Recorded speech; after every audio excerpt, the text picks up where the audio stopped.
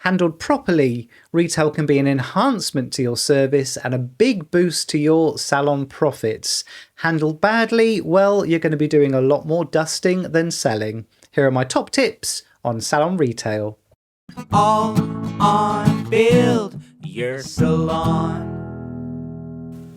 Hello, my salon friends. Phil Jackson here, your queen of salons, coming in your eyes and ears again with another dose of wise owl wisdom. How on earth are you? Achingly well, I hope, as we storm into Q2 of what is sure to be your most successful year yet. And if it doesn't look like that, well, darlings, we are a long way from the finish line. You can do this. How's April looking for you? I'm loving these longer days, and I think our customers are too. I think our customers are shaking off the last of winter. I think they're noticing their hairy bits and bobs and jumping back into their beauty routines again. I think everyone's a bit more social. Lots of us are leaping around the countryside, enjoying the warmer weather with gay abandon. And frankly, if you're not, darlings, then I recommend it. You really should be. What are we talking about today? Well, it's of course the topic that I get lots and lots of questions about from lots of my salon coaching customers, and that's salon retail. It's a bit of an albatross, isn't it? It's a bit of a thing, a bit of a burden, a bit of a chain round our necks sometimes, and particularly if salon owners have teams, I get an awful lot of questions about how we ought to be selling more salon retail.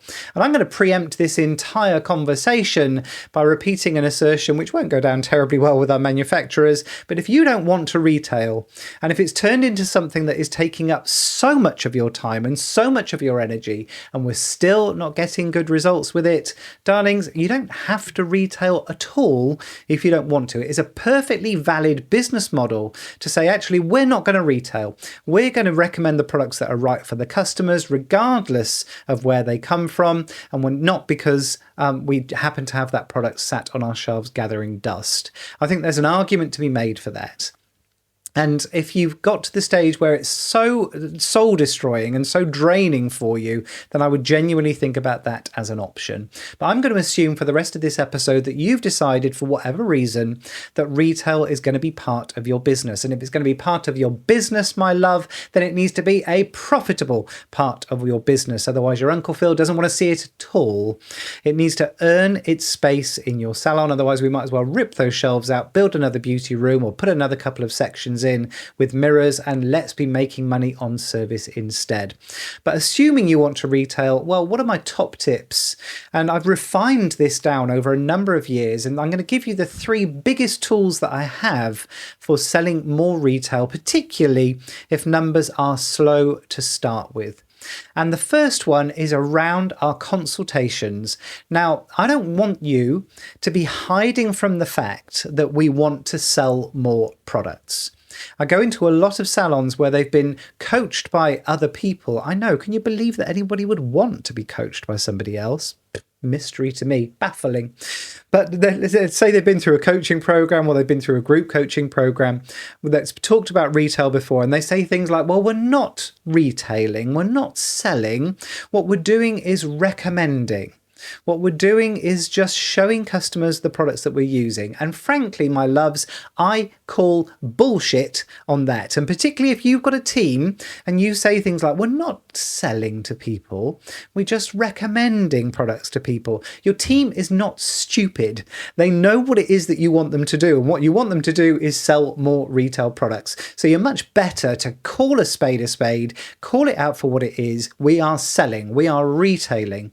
But if we can see selling and retailing as connecting the customer to the correct solution, then we get to call it selling. Then we get to actually get on with doing a bloody good job of selling. And by the way, it's a lot easier to find things like programs and find books about selling than it is about recommending.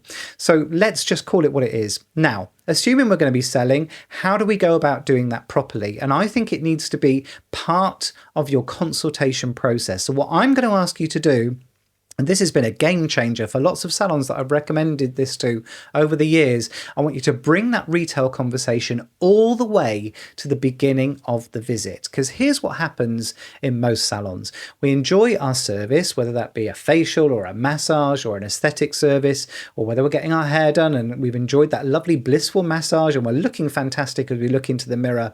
And then there's this change in mood as the stylist or therapist or esthetician feels they need to recommend some products. So we end up with this very rushed conversation at the end of the client's visit, where we tick a few boxes on a leaflet and stuff it into the client's hand, or say, would you like to take any of these products today? And there's a real tone around that conversation. It's awkward. Normally by that stage, we're thinking about our next customer. Normally by that stage, the customer's thinking about their parking expiring and they need to get out the salon door. And it's not a great avenue for that customer to be asking questions and us talking through the story. And if you like the idea of a story behind retail, go back to the episode that I did several episodes back talking about the stories behind retail and how we can get excellence in retail.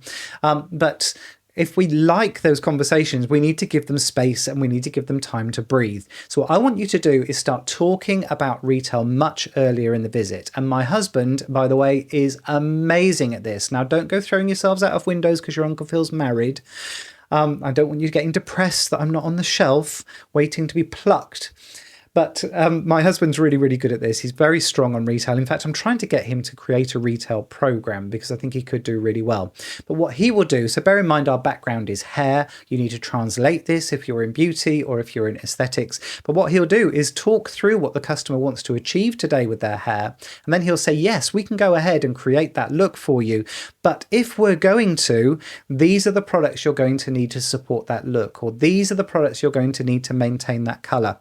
And if that's not okay with you, if we don't have those products in your bathroom at the moment and you're not willing to take them today, then we need to think again about what we're going to create. You need something lower maintenance, or you need something that looks good with just mousse in it or whatever. Okay, so he's getting their buy-in and their commitment to that retail journey before they've even been through and had their hair shampooed. And then if they've got questions about the products, then they can ask them during the visit. He can be showing them how to use the products, apply those styling and finishing products. And you could be doing the same as well, because so many of our services rely on excellent aftercare. So let's get it as part of the consultation process so that we've got time for the conversation to evolve during the visit. Tip number 2 is to include retail in more of your services. There are certain services that we carry out in our salons and our clinics every day that rely 100% on excellent aftercare. In hair, I'm thinking of things like colour correction. To do a colour correction and not use decent shampoos and conditioners and treatments at the end of it is very naive at best and an absolute waste of time at worst. There are certain services that we carry out in our beauty salons that if they don't carry out the aftercare to the letter, things are going to go really wrong. You know, if you're doing something like a chemical peel or microneedling, and then they're using absolute junk on their face and not taking SPF home with them, things could go really wrong. So we need to get past the embarrassment of giving people the products that they need. So in my salon, bear in mind it's a hair example again, but in my salon, if you had something like a color correction or if you had hair extension services, there was no discussion around the retail. It was priced in. It was included in the bundle, included in the package, because that gets the right products in people's bathrooms. There's much higher likelihood that they're actually going to use those products when they get home, maintaining their color, maintaining their skin, giving them better results in the longer term. So I want you to go through your price card and figure out a certain bunch of services, or maybe even all of them, where actually taking the right products home is non-negotiable. It's gonna happen. Okay, and price those products in. The other thing that enables you to do, of course, is get past the comparison. Because I've heard lots of stories where people are carrying out services in their salons. They're talking about products, and my customers would never be this bloody rude, by the way.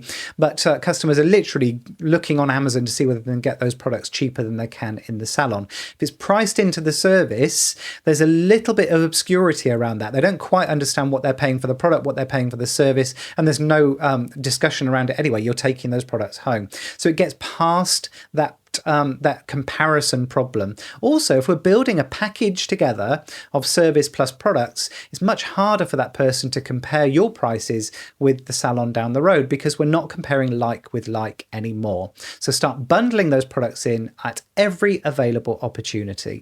Let me guess, your appointment book is full, but your bank account isn't? How long are you going to let that go on for? Isn't it time that you got paid properly? My Get Paid Properly program isn't just another course. It's your roadmap to boosting your profits, increasing your takings, finally getting rewarded for the hard work that you do. With 9 straightforward modules, my foolproof pricing spreadsheet, and I'm even throwing in a one-to-one coaching call to answer any questions that you have about the training or anything else that's getting in the way of your incredible success. Head to getpaidproperly.com/podcast and you can save £100 on your sign up and get that bonus coaching call with me.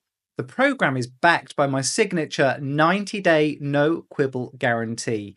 Take the training, take the coaching call, and if you don't feel you know enough to confidently set your prices profitably for the future, I will coach you myself until you do. Head to getpaidproperly.com/podcast, lock in that saving, and finally take strides in the direction of getting rewarded for your hard work.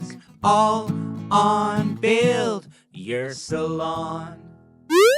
And my third tip, and actually an example of this in action, is my new client package. And the new client package is something that I put together to make the first visit the most memorable, but best of all, to start coaching our customers towards being amazing customers as quickly as possible. So I actually charge more for the first visit in my salon than we do on the second and third visit, because there is a number of benefits and products that are bundled into that first visit, and one of them is a retail product to take home. That's because we did some research around the new clients that were coming into my salon, and we discovered that most of them had never taken professional retail products home. Most of them had never been offered retail products from previous salon visits. So we included it in their first one.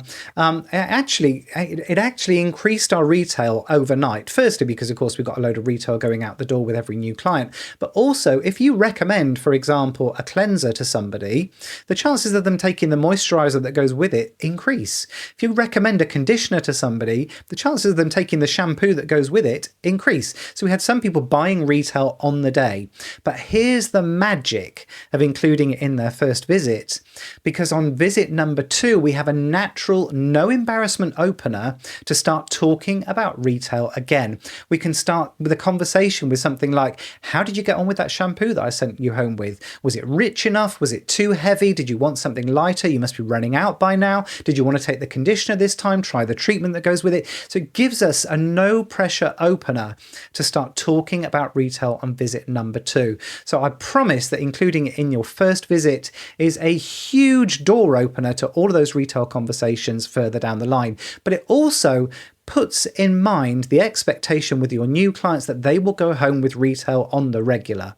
It's no longer a surprise when we talk about retail further into their customer journey.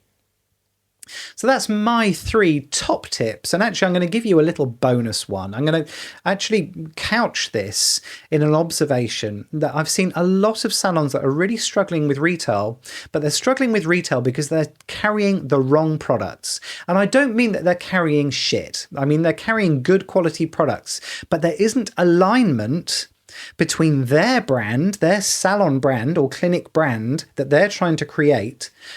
It's not aligned with the brand that they're trying to sell for retail. We've got to make sure that there's a crossover between your values, your expectations, and the ones of the products that you're supplying from your manufacturers. And if there isn't, you need to look again. You need to go back out into the marketplace, go to a couple of trade shows and start to find something that aligns a lot more, because there's so much range out there. You will find something that ticks all the boxes for you. So a very glib example would be if you're carrying retail, which is very glossy, very high end, but your branding for your clinic or your salon is much more earthy, much more environmentally aware, there may be a tension between those two brands. You'd be better to find something on the product side that's kind of earthy and kind of ecologically aware as well. So there's a template, there's a crossover between your two sets of values. And if you can't find that, and actually something that I recommend you should be doing anyway, I want you to start looking at white label products. I know that white label historically has had a stinky reputation for giving poor products, poor performance, which meant that we had to charge bargain basement prices for it. I promise you that's no longer the case. There are some beautiful white label alternatives out there. Firstly, that gets past the comparison problem because they're not going to be able to buy those products anywhere else online. But secondly, you're able to create a product brand that is perfectly aligned with your salon. Heck, it's even got the same bloody name on it if you want it to. And I promise that the profit margins on white label products tend to be much, much higher. That gives you a lot of flexibility in your marketing too. So there we have it, my top tips on salon retail. What have I missed? What are you doing to sell more products in your salon? Reach out and let me know. My email address scrolling at the bottom of the screen right now. Also reach out if you'd love to share your salon journey with my Build Your Salon podcast listeners. I'd love to be interviewing you on a future episode.